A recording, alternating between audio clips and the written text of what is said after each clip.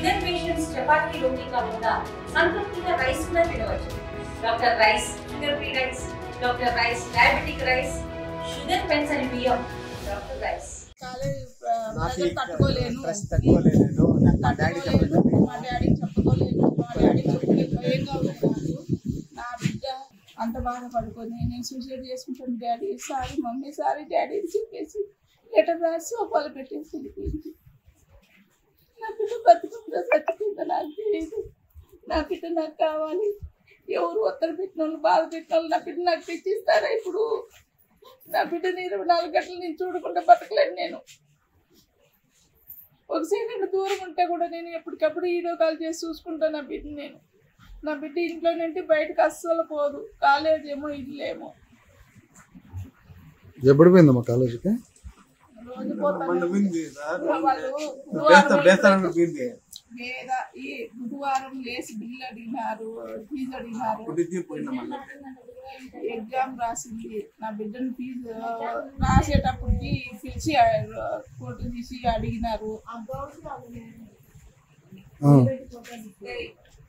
మళ్ళీమా అంతే మళ్ళీ ఫీజు అడుగున్నారు. నేను వాళ్ళకి చెప్పినాను. ఇంకేముంది లేదు, మా కొమ్మైంది, మా కడుపు కాలుతుంది. ఎవరికి చెప్పుకొని నా బిడ్డని తెచ్చిస్తారు.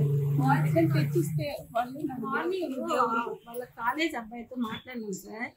మాట్లాడితే అబ్బాయి ఏం చెప్పారంటే బుధవారం మార్నింగ్ వచ్చింది అంటే కాలేజ్కి, మధ్యాహ్నం నుంచి రాలేదు. అడుగుని మా మీరేం బాధపడలేదు, మీకు రాకపోయినా పర్వాలేదు, మీరు ఫ్రెష్ అవ్వద్దంటే చదువుకోండి అని చెప్పినారంట సార్. చెప్పి సరే అని చెప్పేసి ఊరికే ఉండిందంట. మళ్ళీ లోపలికి పోయింది. వాళ్ళు ఏమన్నారో ఏమో అని మాకైతే తెలియదు. ఏడ్చుకుంటే బయటకు వచ్చింది అని చెప్తారు సార్. ఫీజు అంటే అర్జెంట్ అంటే తీసుకుపోయి కడతానే ఉంటాను. ఫీజు కట్టుకున్నాను. మళ్ళీ బాబు సార్ ప్రిన్సిపాల్ సార్ రిటైర్మెంట్ ఎవరు గవర్నమెంట్ ప్రిన్సిపాల్ సార్ అంట. వాళ్ళందరినీ మాకు తెలియదు అంటే నేను డైరెక్ట్గా చైర్మన్ మేడం అడిగి చైర్మన్ మేడం దగ్గర ఫీజు కట్టినా.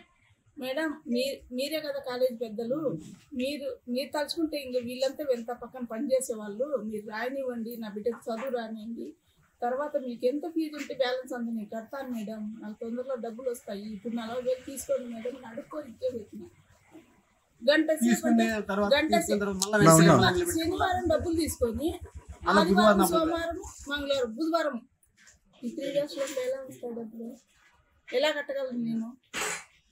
ఫస్ట్లో నేను ప్రైవేట్ జాబ్ చేసుకుంటాను మేడం, నా దగ్గర అంత ఫీజులలో వద్దులే అంటే మీకు ఎంత ఉంది అంత కట్టండి, మేమేం ప్రెజర్ చేయము, మేమేం ఇబ్బంది పెట్టాము అని చెప్పి నా బిడ్డని ఇప్పుడు ఇన్ని పరిస్థితుల్లో ఇంత బాగా ఇంత ఒత్తిడి చేస్తున్నారు. నాకుంటే ఒక బిడ్డను లేదు, మీరు తీసుకొని వెళ్ళిపోండి, మీ అమ్మాయి చదవలేదని చెప్పి పంపించేసింది. ఇది మేమేమని కాదంటామా? ఏ చదువు కాకుండా ఇంకో చదువుకి వేసుకుంటాము, లేదంటే ఇంట్లో పెట్టుకుంటాము. ఫీజే గొప్ప అయిపోయింది కానీ నా బిడ్డ గొప్ప లేదు. నా బిడ్డ కదా నాకు గొప్ప.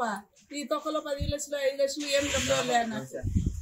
తెలుగులో న్యూస్ కి ఫాస్టెస్ట్ యాప్ ఇప్పుడు టోటలీ న్యూ అవతార్లో జస్ట్ 5 seconds లో కంప్లీట్ న్యూస్.